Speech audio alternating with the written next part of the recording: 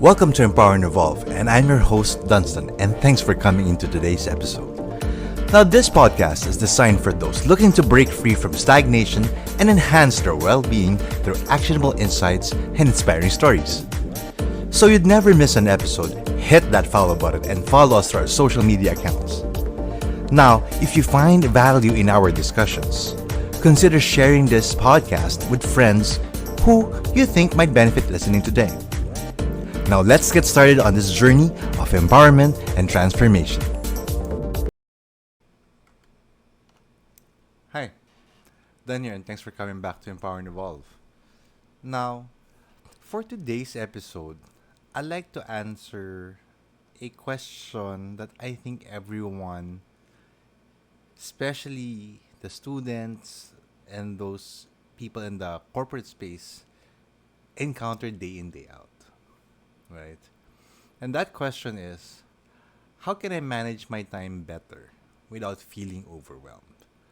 Now, this is going to be a huge topic. I'm pretty sure you've read a lot of materials online, picked some advices along the way. You may be able to encounter some of these things as we go through today's episode. But for now, sit back, relax, and we'll dive in, right? So, when I think about this question and answering this question, I can't help but go back to my prior episodes. And I first tackled time management back in season 1, episode 3, which was all about unlocking the 24-hour code. Now, you can go back and check the prior episodes in Spotify. Because the YouTube content doesn't have those episodes from the first year. But I'd like to focus more today on just talking a little bit more about avoiding being overwhelmed, right? I mean, there are a lot of techniques and we'll discuss them along the way. But when we talk about time management, I always want to dive into the question that you always want to do a lot of things, but you only have 24 hours, right?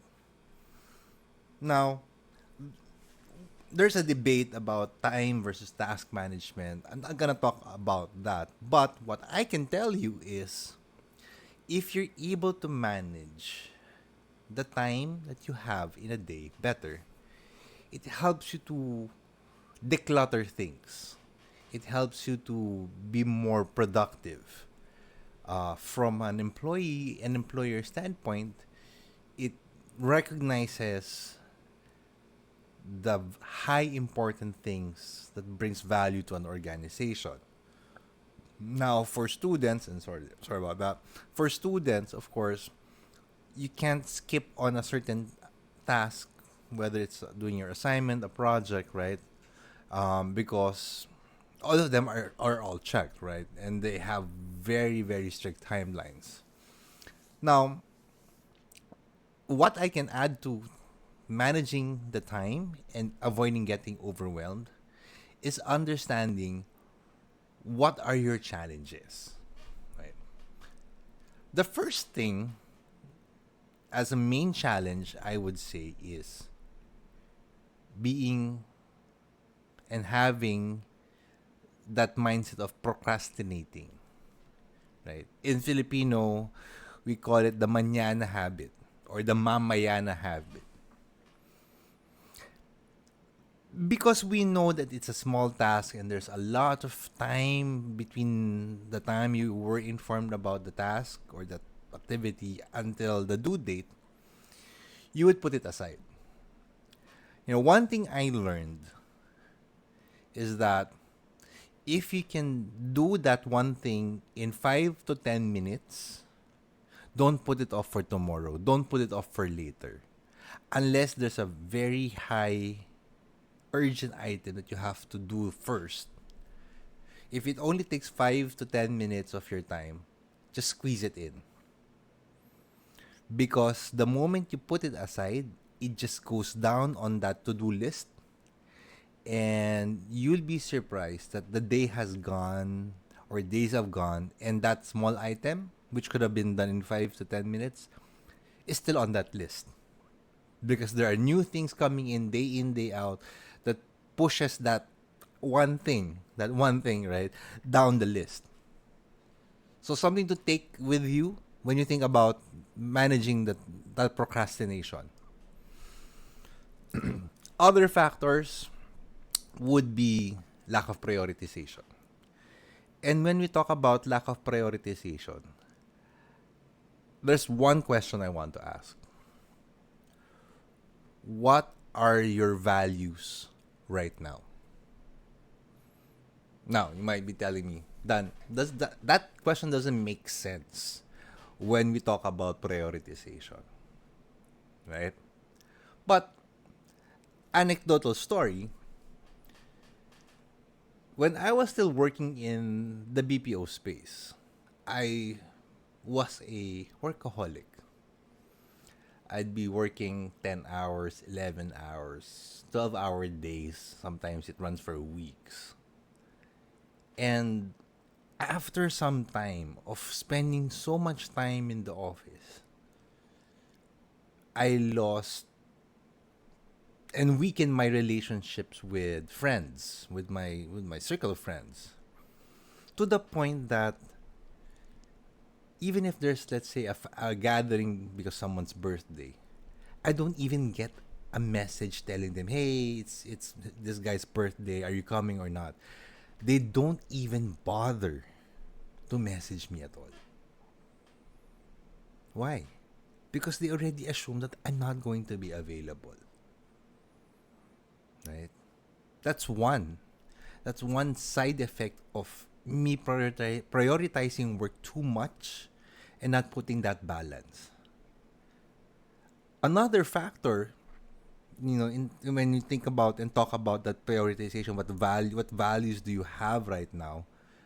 At some point, my sugar levels went up, my blood pressure went up. I Right now, you see, I'm kind of still in the heavy side, but there was a time that I was way heavier than what I look right now, and it affected my health. You know, I had to really put a stop in the things that I do and manage the things that I eat just to survive that long working day or week, because it just ends up with the thought that I'm working to pay for the maintenance or the vitamins that I have to take to keep myself healthy. So again, it really doesn't make sense, right? The third one, and when I say, time management challenges that you would encounter, would be distractions that makes you feel overwhelmed. So imagine you have a to-do list for the day, right? Your boss comes to you, says, "Don, I need you to do this, this, this, and this today." You know that you have already about 5 things that's on your list and will consume pretty much the rest of the day. Now, sadly, as Filipinos, we don't know when to say no. Now, you you can stop this video, pause the podcast, and try to ask yourself that question: Am I a person that doesn't learn or doesn't know how to say no to things, especially if it's my boss telling me to asking me a favor to do this or that? Because I will tell you that if your day runs on other people's tasks, more than 50% of what you should be doing in the day, then you're not being effective.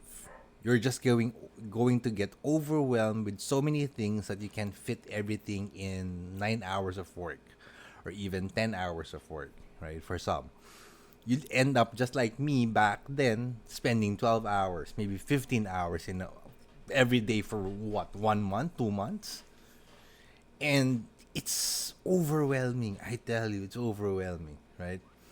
Now, I'd like to drop that question here. with everyone wherein what are the other challenges you've encountered that affects your time management. Feel free to send us an email here at empowerevolving@gmail.com. I'd love to hear what challenges you encountered. And maybe, we can take it offline. We'll talk and see how we can, or I can help declutter and try to be able to help manage, if not mitigate or address those challenges for you. Right? Now, understanding all of these challenges, right? The first, and I guess the most heaviest challenge that you can encounter is that mindset, right? Without having the right mindset of understanding work-life balance, understanding the respect of another person's time, right? It it just puts you in a situation wherein you allow people to take advantage and steal your time. Now that's a big statement. Steal my time, right? Just like what I told you earlier in my example, if I have 5 things on my plate, which will eat about 7 hours of my day, and my boss puts in another 5 things that they need to be done for the day, right? And I'm not the person that learns to say no or learns how to negotiate the things that I need to accomplish, then I just allowed myself to be violated. I allowed myself not to be able to work properly, give my 100% for the time spent for the day that I'm paid for if you're in the workspace. From a student perspective, right? You'd end up doing other people's homework. I mean, that's a sad truth. You end up doing the full legwork of a group activity or a group project where everybody gets the same score while you do maybe 90% of the work. Right?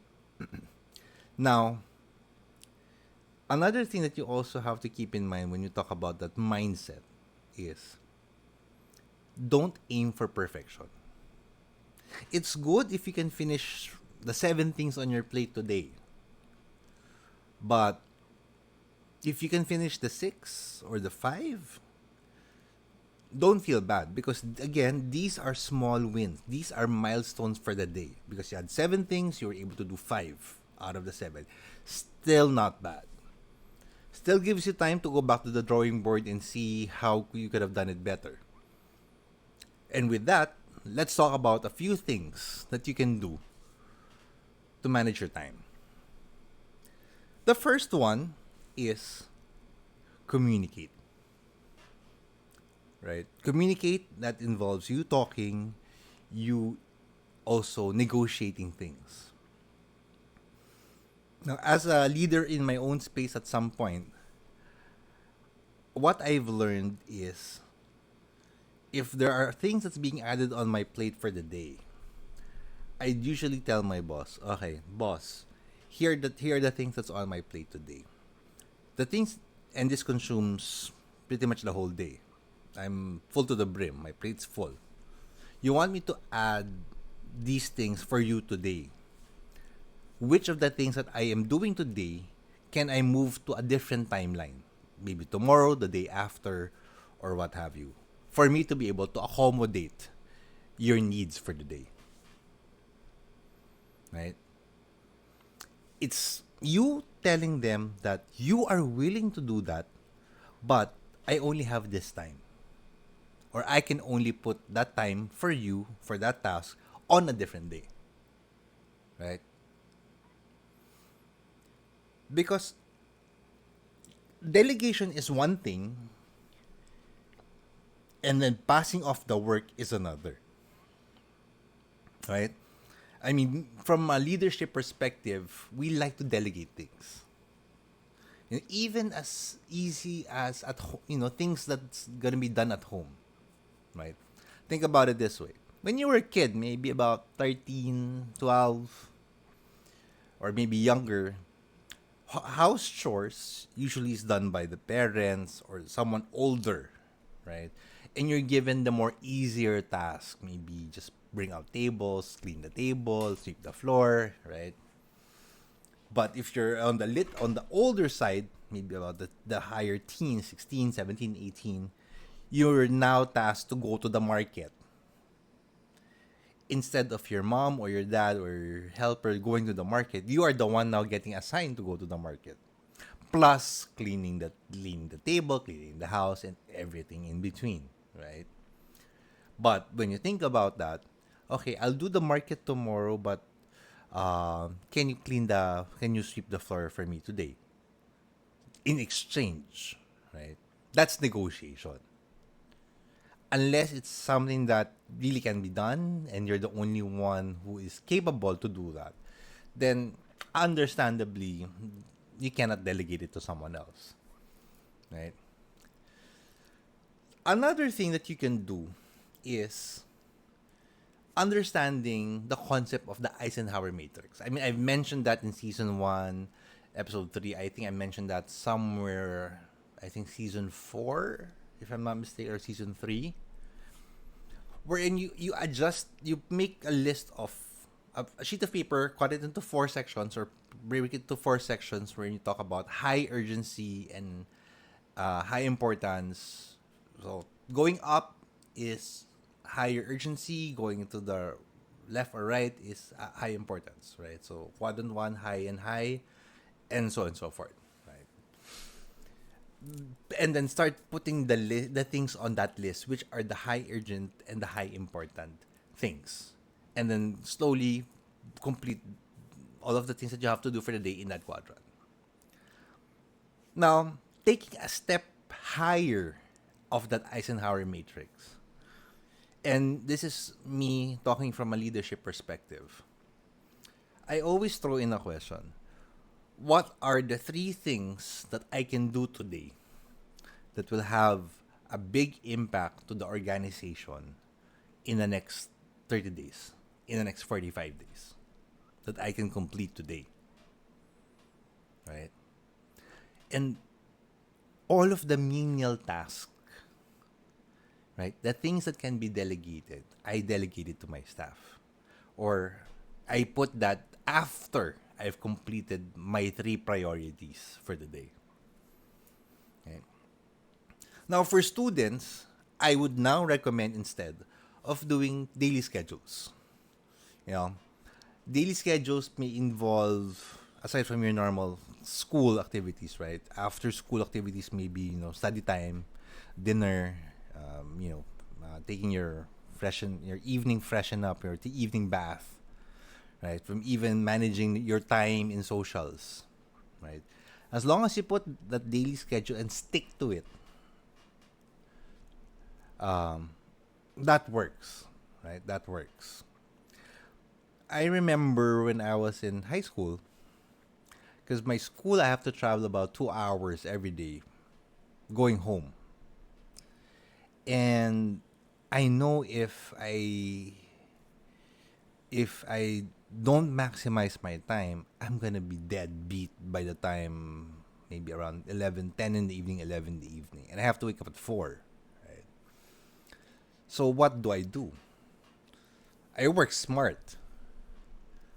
During my travel time, I sleep for 2 hours, an hour and a half to 2 hours, an hour and a half at least. So that when I get home, have dinner, take my evening shower, I still have about good, my brain is still fresh for a good study time of 3 hours before I really hit the sack. So that's about, I'd sleep about 11 in the evening. Still about good 5 hours of sleep back then is still way better than having less than 5. Now, another way that I did it as well is before we only had a break for 30 minutes in the morning or 15 minutes in the morning, 30 minutes in the morning, and then 1 hour lunch for a regular day. So what do? I eat my lunch, my packed lunch during my break, which is 30 minutes.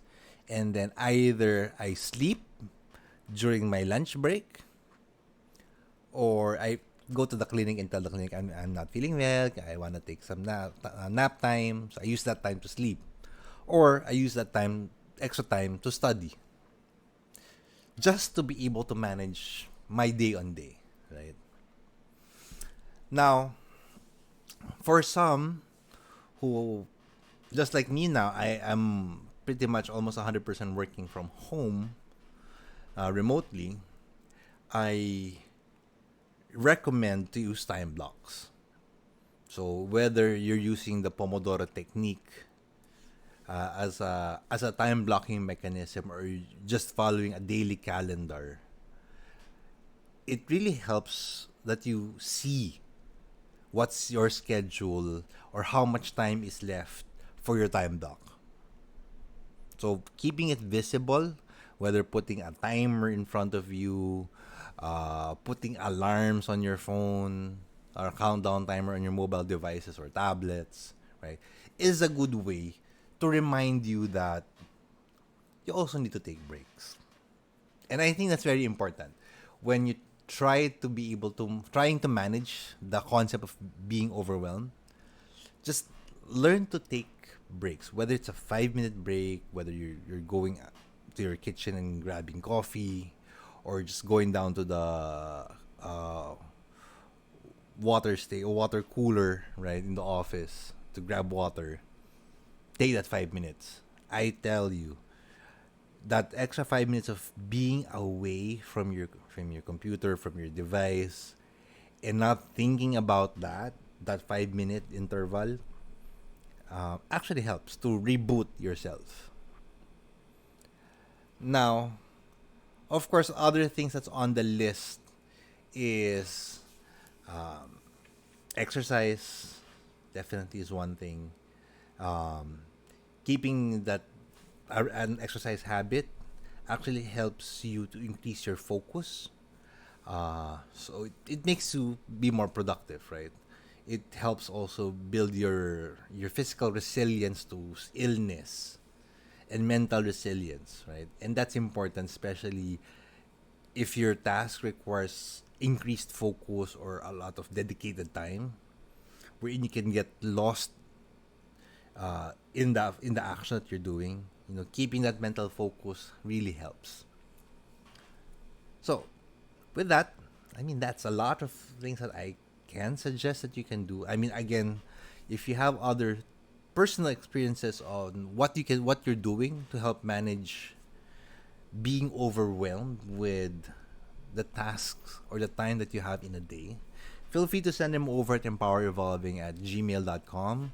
Use the subject line, manage my time better, so that I can, really focus on that email, whether it's a question, whether you need help, or maybe a tip that you can share that I can also share to the audience or to our listeners. I'd love to hear them, right? Because again, this podcast and this Spotify program is designed to help you and help this community become better version of themselves. And you being an active member really is a huge part of making this a success. So with that, thank you so much again for listening to today's episode. And remember, here at Empower and Evolve, our goal is to help you become a better version of you. Stay safe. Catch you next week. Bye for now.